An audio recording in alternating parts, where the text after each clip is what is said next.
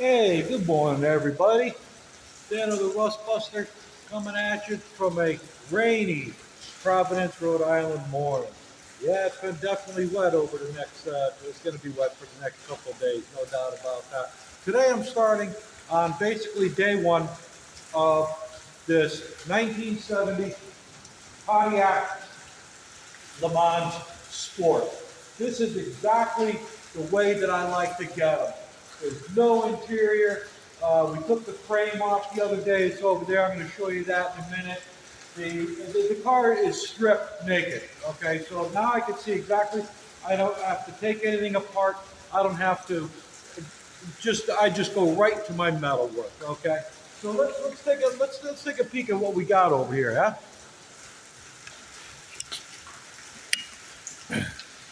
Amazingly so, this one is the second one from the same owner where there's no hole in the drip pan.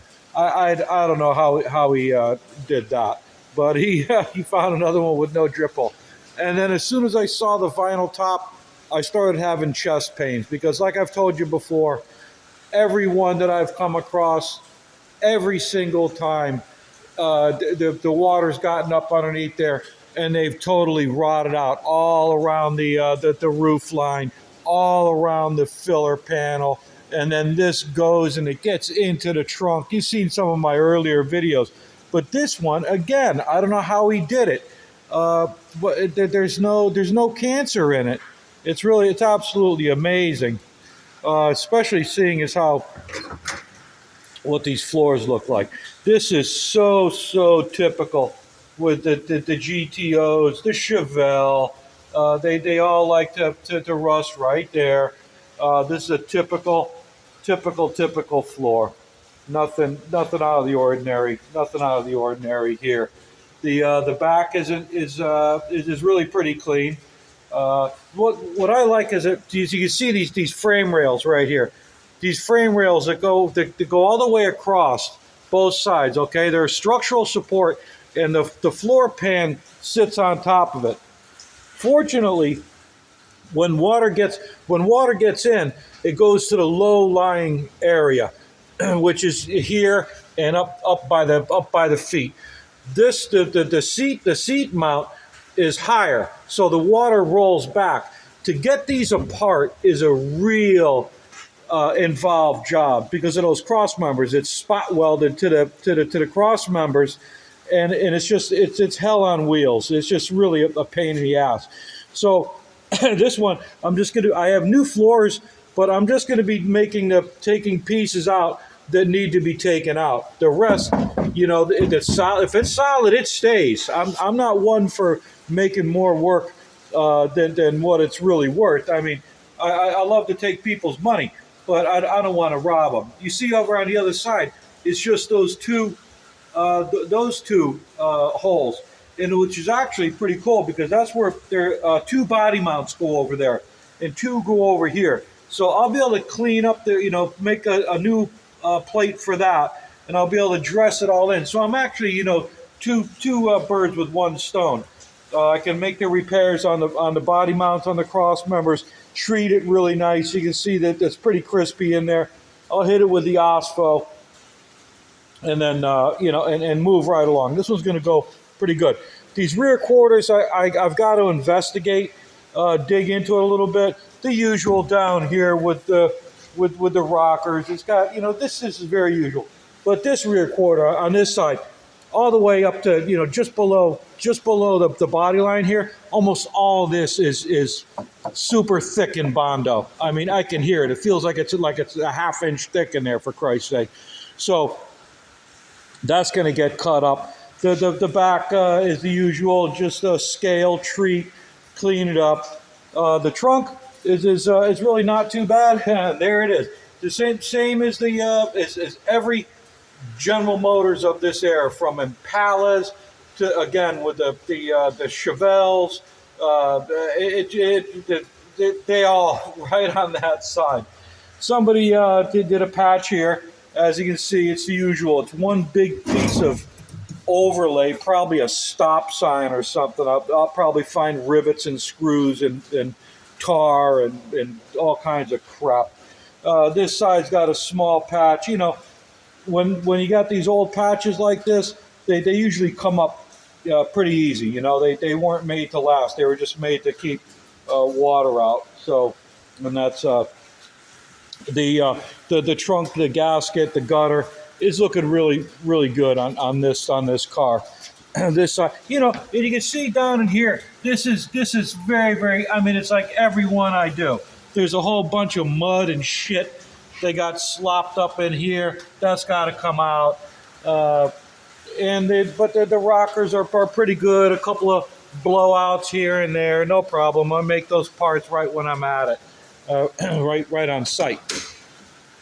Again, here's this side, and this one, we took the frame out, and this is the way he bought it with no suspension and such like that. The car was really just pretty much a basket case, but this frame is very heavily pitted. It's got a couple damaged spots in it, and it just so happens on the other side of that wall is a full rolling frame that'll fit this car just fine. You see the full floor pans to, you know, I could take out whatever parts I need. Here's 2 full rear quarters, take whatever parts I need. Here's a full trunk section complete with the mount, you know. So, you know, I'm not going to be going that crazy on it. At this one, he wants to just kind of expedite it because it's not the same as the 70 Chevelle SS. This one is the 70 Chevelle SS 396 4-speed matching numbers. This is a badass car. Okay, so this one, as we see now, I did a lot of metal work on it. It's ready to go to the next stage, which is it's going to go up the street here. It's going to go up to the next shop and it's going to go on the lift. The frame is going to come out, and then a replacement frame is going to go back underneath it, totally rebuilt, powder coated, all that good stuff. And then he'll start putting it back together and getting it ready for paint, that kind of stuff. So it's the Chevelle wasn't much better than this Pontiac as far as condition goes. The trunk was just a little bit better. The floors were a little bit better, but that's the one that the whole top of the trunk, the top of the fenders, had to be grafted in from the other car. Check out those episodes. Now, there's something else I wanted to bring up. I get a lot of questions. You know, well, how much to do, and how much to and how much did this, and I tell those people, look, every one of these cars is different. There's no two. You can have 30 of this same car, and every single one is going to be different. Everyone's going to have a surprise. It's impossible to even estimate how long. There's a couple areas where I can, like floor pans, I can tell you, but the rest of it's no way. Up here in New England, my rate is 150 an hour, and with that, the client buys the parts. I bring all the other building materials, you know, the cut-off wheels and all that stuff. I bring everything to the party that's needed to do the job. All the acids and primers and sealers. I bring all that stuff along. And it's like, wow, you know, 150, that's a lot of money. Well, the thing about it is, I move right along on these. There's no doubt. After I've got 80 plus videos, I've done 100 cars, and I've got it down. I've got my cart sitting right over there. This one, I'm going to start into this, and within a few days, it's going to be transformed into, it's like, wow, it looks like a car again. It's just repetition. It's the same. I do the same thing again and again and again and again and again. It's just so that money goes a long way towards completion. Just for kicks, let's say this one is probably going to be in the $4,000 area to get it to look like the Chevelle over there. That Chevelle was about $7,500. Okay, So just knowing that, you can look at the cars that I do and keep those numbers in mind. You know, three, four, five, $6,000 on metal work on a muscle car is not unreasonable. It's not you know, a surprise. You know, I mean, you're into the muscle cars. You want quality work, or do you want that Uncle Bob stop sign in the trunk? If you want the Uncle Bob, Dano the Rust Buster is not for you. The Chevelle got some of my best work that I've done with the detail for inspection points. This one's going to be expedited, so I'm not going to go as crazy. That's why even though there's more rust than in the Chevelle, I'm going to expedite it and get her on the road. The owner's going to keep the Chevelle, but he's going to sell the Pontiac, and it's going to be built to look like a GTO, 70 GTO. And that's where I am today. I'm going to be posting again on this one, and you'll be seeing. I hope that answered.